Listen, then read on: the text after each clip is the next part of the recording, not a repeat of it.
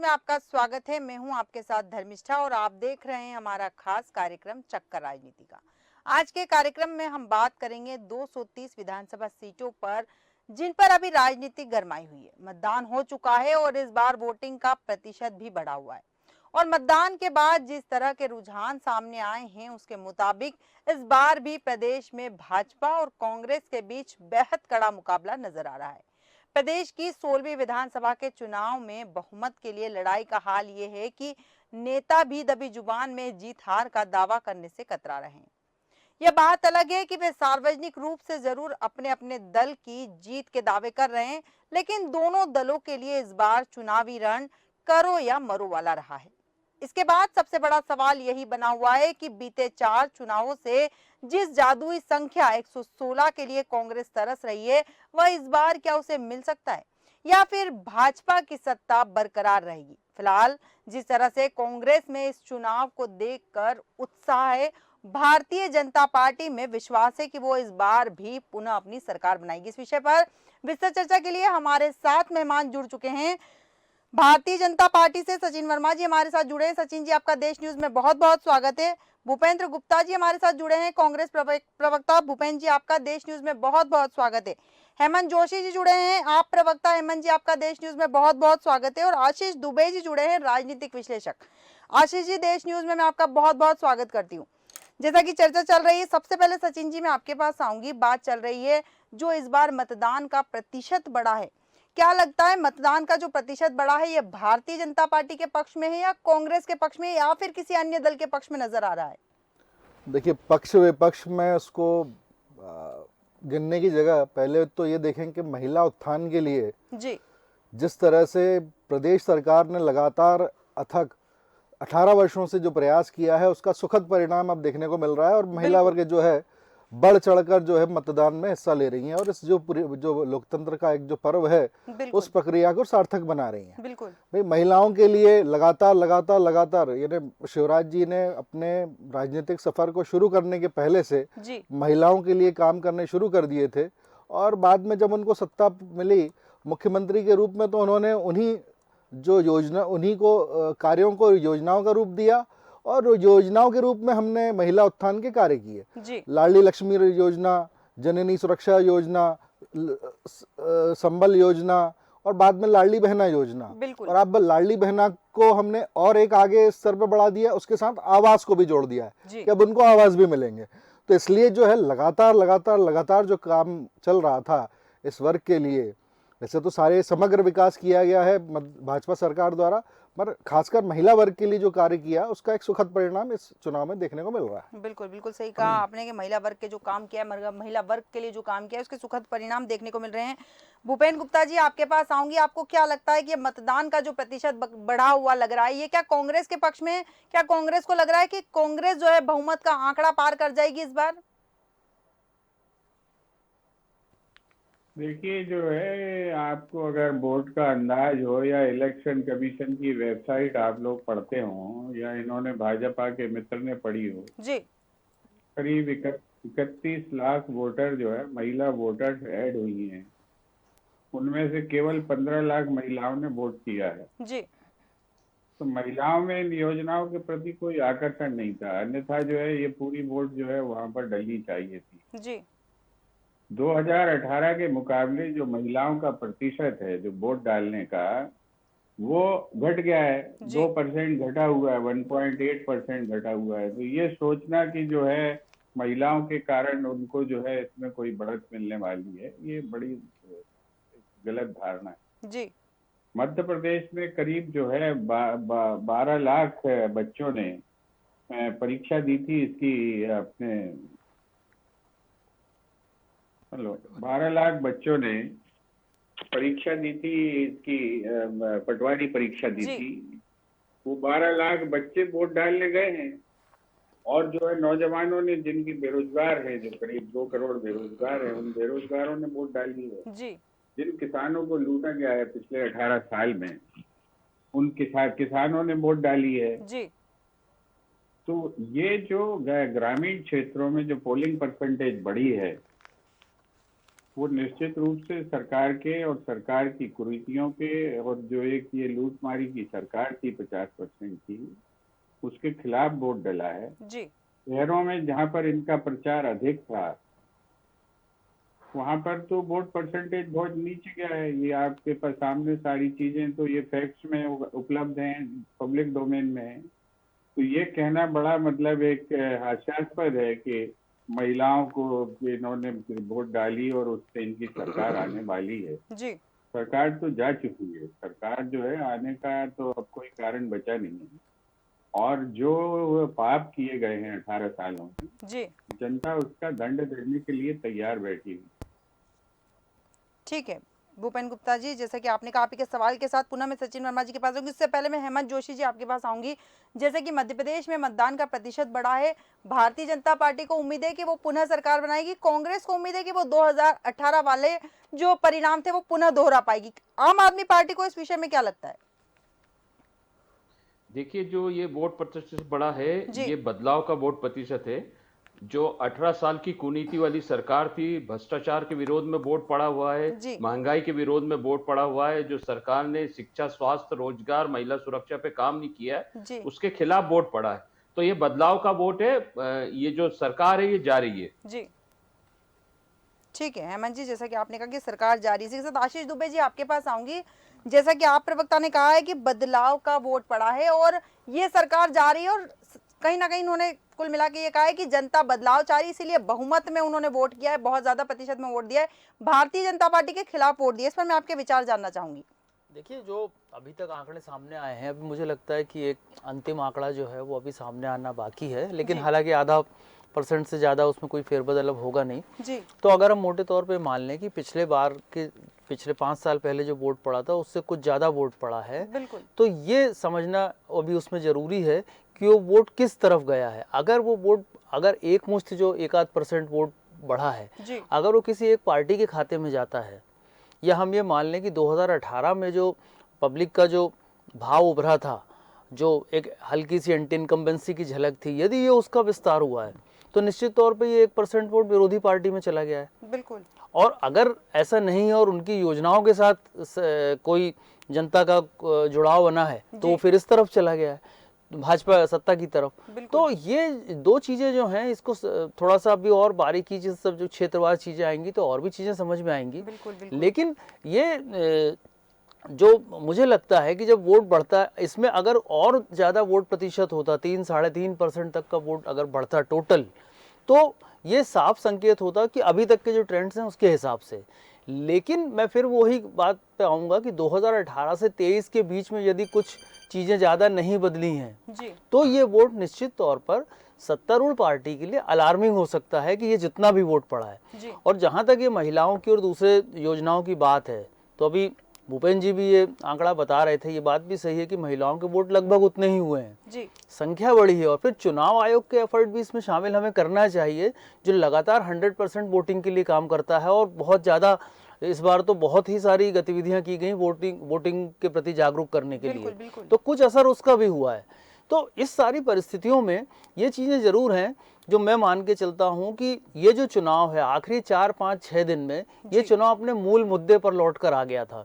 यानी जो मूल उसकी पिच थी चुनाव की, जो गारंटी थी, विकास के दावे थे, उपलब्धियां थी, सरकार की थी, विपक्ष की थी, जो पहले शुरू में चीज़ें शुरू हुई थी, बाद में बहुत सा भटकाव बीच में देखने को मिला था, लेकिन इस चुनाव को वापस उस पिच पे लाया गया है या लाना पड़ा है, दोनों बातें हैं। तो यदि सरकार भी उस पिच पर लौटी, सत्ता पक्ष उस पे और विपक्ष भी उस पे पहले से ही गारंटी पे बात कर रहा था, तो फिर ये जो वोट है, ये हमें ऐसा लगता है कि अगर जनता मुद्दे पे वोट कर रही है तो इसमें बहुत सारी चीज़ें जुड़ेंगी कि एक महंगाई, दूसरा कर्मचारियों के बीच में जो थोड़ा सा अनरेस्ट है वो, और कुछ जो दूसरे विषय जुड़ जाते हैं, लॉ एंड ऑर्डर और क्षेत्र के हिसाब से अलग अलग, तो ये सारे विषय मिलके काम करेंगे।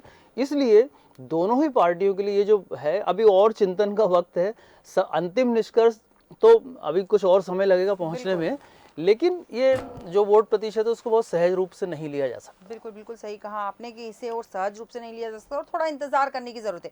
सचिन जी आपके पास आऊंगी भूपेंद्र जी के सवाल के साथ। जैसा कि उन्होंने कहा था कि ये जो वोट प्रतिशत बढ़ा है ये भारतीय जनता पार्टी के खिलाफ बढ़ा हुआ है, क्योंकि जनता भारतीय जनता पार्टी से खुश नहीं है। और जैसा महिला मतदाताओं का आपने जिक्र किया, उनका कहना है, साफ कहना है कि वोटिंग आंकड़े भी बता रहे, निर्वाचन आयोग की वेबसाइट का भी उन्होंने जिक्र किया, जो साफ बता रही है कि मतदाता, कई महिला मतदाताओं ने वोट नहीं किया है। तो ये कुल मिला के आपके खिलाफ है, आपकी सरकार के खिलाफ है?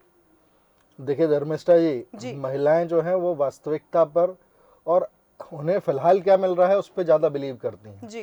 तो जो हमने जो पॉलिसीज और जो हमारी योजनाएं जो रोल आउट की हुई थी और जिससे वो लाभान्वित होती आ रही थी उस पे ही महिलाएं जो हैं वो बिलीव करती हैं। महिलाएं इस बात पे बिलीव नहीं करती, किसी काल्पनिक योजना पर बिलीव नहीं करती हैं। जैसा कि कांग्रेस ने हिमाचल प्रदेश में 1500 रुपए देने का वादा किया था, आज 1 साल हो चुका है हिमाचल प्रदेश की सरकार जो है उसको कार्यरत रहते हुए, पर आज तक वो दे नहीं पाए। वहाँ बिजली के लिए इन्होंने प्रॉमिस किया था कि 200 यूनिट बिजली जो है फ्री में देंगे, वो गारंटी भी ये पूरी नहीं कर पाए। तो जो है कांग्रेस का झूठ जो है वो समाज में स्थापित हो चुका है कि कांग्रेस जब भी आती है सत्ता में तो वो लूट मचाती है, और जब विपक्ष में होती है तो झूठ बोलती है, और जब चुनाव आते हैं तो फूट डालती है। ये स्थापित है। तो इसीलिए कांग्रेस के जो नेता थे, जब आपने अगर इनका वचन पत्र जारी होने का समय जब देखा होगा, तब वो ये बोलते थे कि हम गंगा जल लेके जाएंगे मतदाताओं के बीच में, कभी बोलते थे हम नर्मदा जल लेके जाएंगे। ऐसी नौबत क्यों आई? ऐसी नौबत इसलिए आई कि लोग इन पर विश्वास ही नहीं करते हैं। इनका झूठ जो है समाज में हर जगह फैला हुआ है कि ये कभी सत्ता में आएंगे तो कभी याद नहीं करेंगे। अब जब पिछली बार जब कांग्रेस की सरकार आई थी तो इनके जो पुराने नेता थे और इनके जो बड़े बड़े कार्यकर्ता थे उनको ही इन्होंने कहीं स्थापित नहीं किया था।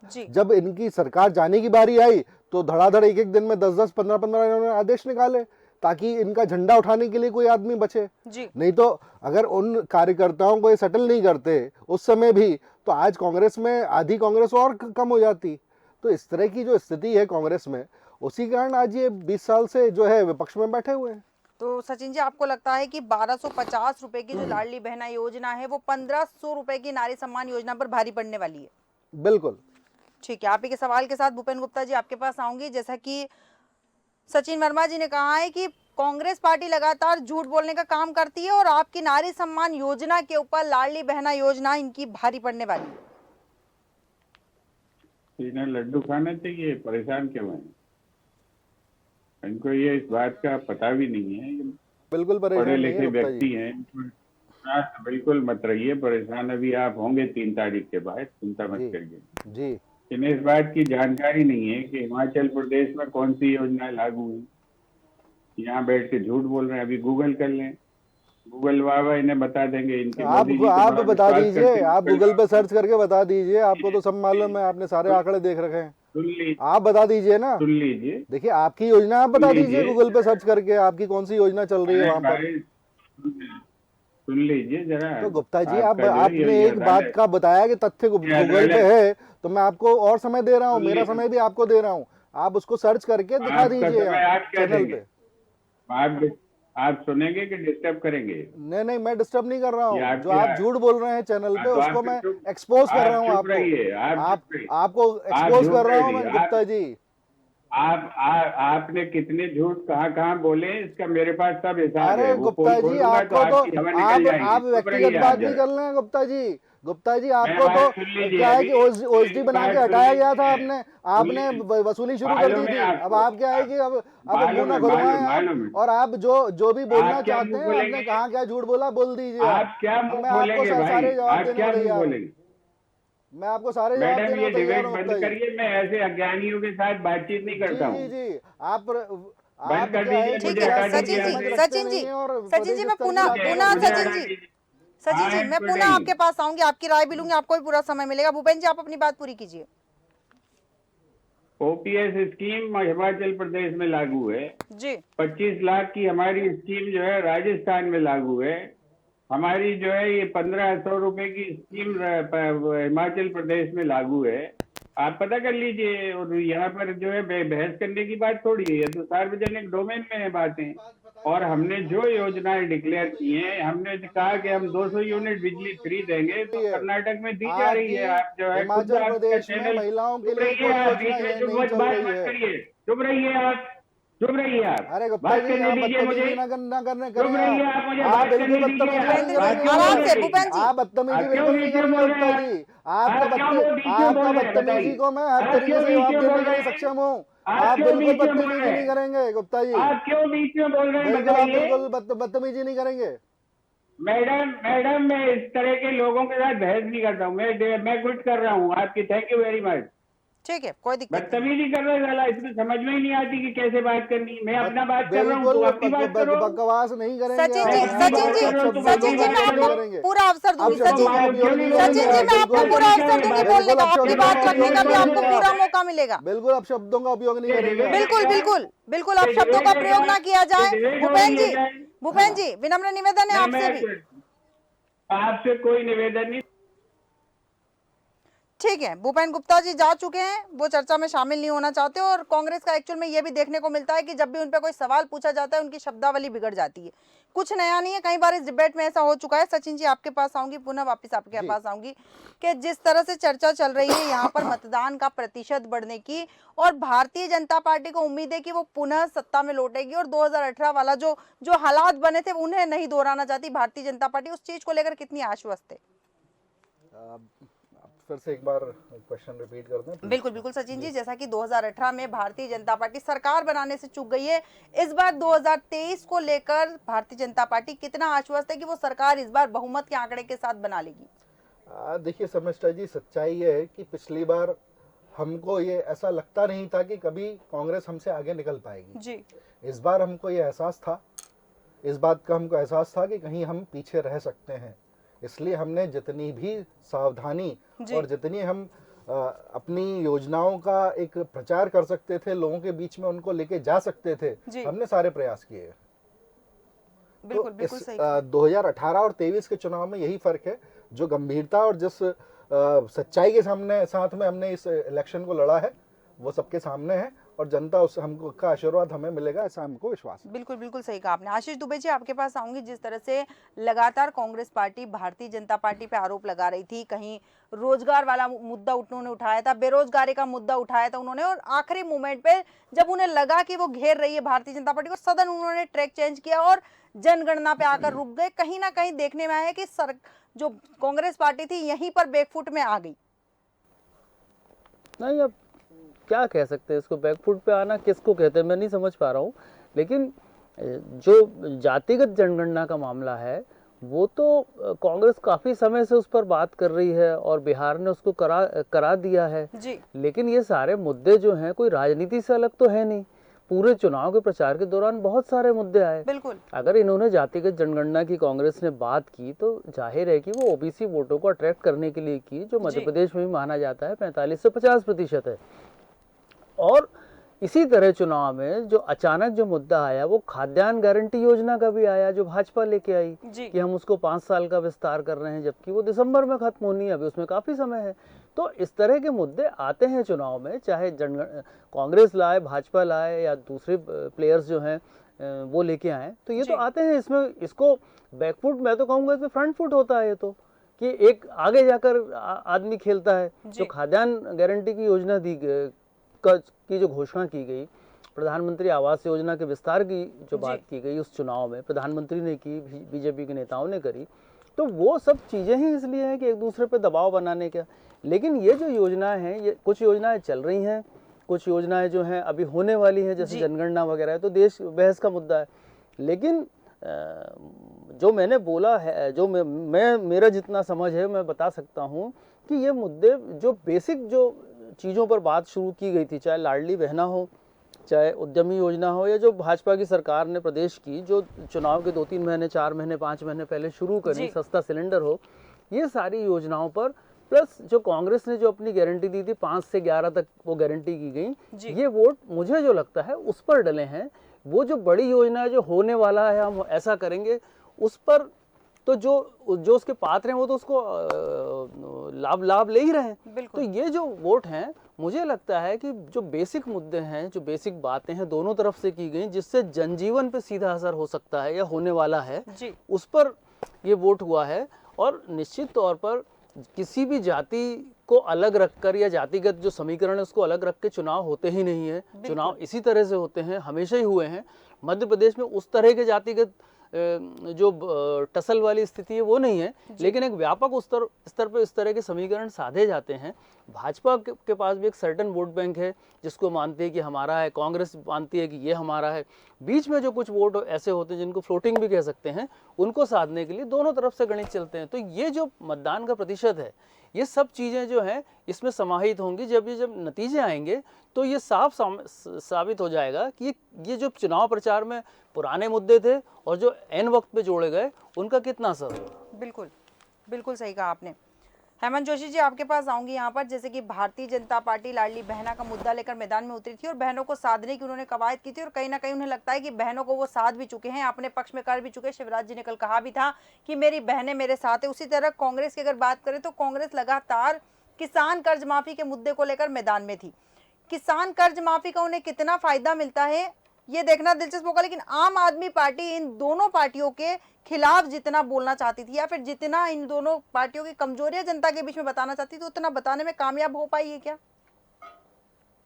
देखिए 100% जो है हम 3 तारीख को अप्रत्याशित परिणाम देने जा रहे हैं जी। दूसरी पार्टियों ने जो फ्री बीज की बात करी है उससे भी युवा परेशान है। युवा चाहता है कि मुझे रोजगार मिले, मुझे शिक्षा की अच्छी सुविधा मिलेगी जहां पर मैं पढ़ लिख के और अपना कैरियर बनाऊं। जब वो खुद कैरियर बना लेगा तो परिवार को भी आगे बढ़ा देगा और परिवार भी खुशहाल हो जाएगा।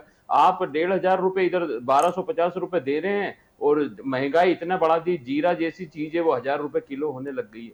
तो इधर महंगाई बढ़ी है और पैसा बढ़ा तो उससे कोई बरोबर नहीं हुआ। लाडली बहना ने भी देख लिया, यदि लाडली बहना इतनी कारगर होती तो महिला का जो परसेंटेज है वो बहुत ज्यादा बढ़ता। और दूसरा सबसे बड़ी बात है, एक ये विषय से हटके मैं बोल रहा हूँ कि मध्य प्रदेश में इस बार जो हिंसा का वातावरण देखा गया ये बहुत दुखद है। मध्य प्रदेश जैसे शांति के टापू पर ऐसा होता है तो ये बहुत गलत है। बिल्कुल, बिल्कुल सही कहा आपने। हिंसा का जो देखा गया है इस बार के चुनाव में, सही कहा आपने कि हिंसा देखी गई इस बार के चुनाव में, ये गलत है, ये नहीं होना चाहिए। सचिन जी, आपके पास आऊंगी। आपको क्या लगता है कि ये जो शिवराज जी ने लगातार कहा है, कल भी कहा है, उनके कल भी बयान है, उसके पहले भी कई बार वो कह चुके हैं कि मेरी बहनें मेरे साथ हैं, इस वक्तव्य का मैं अर्थ जानना चाहूंगी। देखिए, मैंने आपको शर्मिष्ठा जी पहले ही बताया था कि शिवराज जी जब का राजनीतिक सफर स्टार्ट होने के पहले ही वो महिलाओं के उत्थान के लिए कार्य करते आ रहे थे जी। ये उनकी जो धार्मिक आस्था का विषय भी है, और इसी चीज़ों को लेते हुए, इन्हीं योजनाओं को लेते हुए जब वो मुख्यमंत्री बने तो उन्होंने उन क्षेत्रों में काफ़ी गहराई से उसका अध्ययन करने के बाद में कुछ योजनाओं को रोल आउट किया जी। और उसी के प्रक्रम में आगे लाडली लक्ष्मी योजना जो आई वो आई, जननी सुरक्षा योजना आई। ये जो लाडली बहना योजना थी ये तो हमारे घोषणा पत्र में कहीं शामिल ही नहीं थी जी। ये तो हमने घोषणा पत्र से आगे बढ़कर लाडली बहना योजना को रोल आउट किया कि एक जो महिला सशक्तिकरण है उसके लिए ये कारगर साबित होगी, और उसको रोल आउट करके अब महिलाओं को दिया गया है। भाई वो जो महिलाएं जो अपने घरेलू कार्य करके और अपना जीवन यापन करती हैं, उनके पास में उनकी एक सुरक्षा निधि के रूप में ये योजना जो है ये रोल आउट की गई थी और वो अब कारगर हो रही है। लोग जो महिलाएं हैं वो अपने जो है जो दिन प्रतिदिन का कार्य है उसके लिए उन पैसों को यूज कर रही हैं। बिल्कुल, बिल्कुल, कहीं ना कहीं महिला सशक्तिकरण की बात आप कर रहे हो। महिला सशक्तिकरण, थोड़ी भी राशि अगर महिला के पास जाती है तो सच है कि उसे कुछ ना कुछ तो सहायता मिलती है। और जैसा कि आशीष जी ने कहा कि वर्तमान में जिन योजनाओं का लाभ जनता को मिलता है, जनता उसकी तरफ आकर्षित भी होती है, सही भी है। आशीष दुबे जी, अंतिम प्रतिक्रिया चाहूंगी आपकी।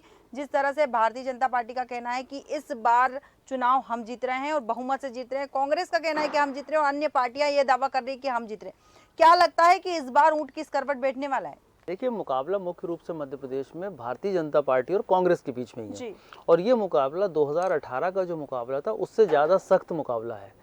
तो ये इसके, लेकिन इसमें एक चीज़ बदली है कि इसमें बगावत और बागी और जो रेबल कैंडिडेट जो या जो नाराज थे या जो निर्दलीय थे, ये एक बड़ा रोल निभा सकते हैं। इसको दोनों दलों को इग्नोर नहीं करना चाहिए। हम तो नहीं करते हैं इसके अपने सोच में या लिखने में। लेकिन जो आम आदमी पार्टी की इस बार एंट्री हुई है, बहुत सारे प्रत्याशी उन्होंने उतारे हैं। बहुजन समाज पार्टी ने बड़े मौके पे और दोनों दलों के बीच के असंतोष को देखते हुए अपने प्रत्याशी चुने। समाजवादी पार्टी कांग्रेस से एक अलग तरह का माइंडसेट लेकर चुनाव में उतरी है, एक रिवेंज जैसा लगता है।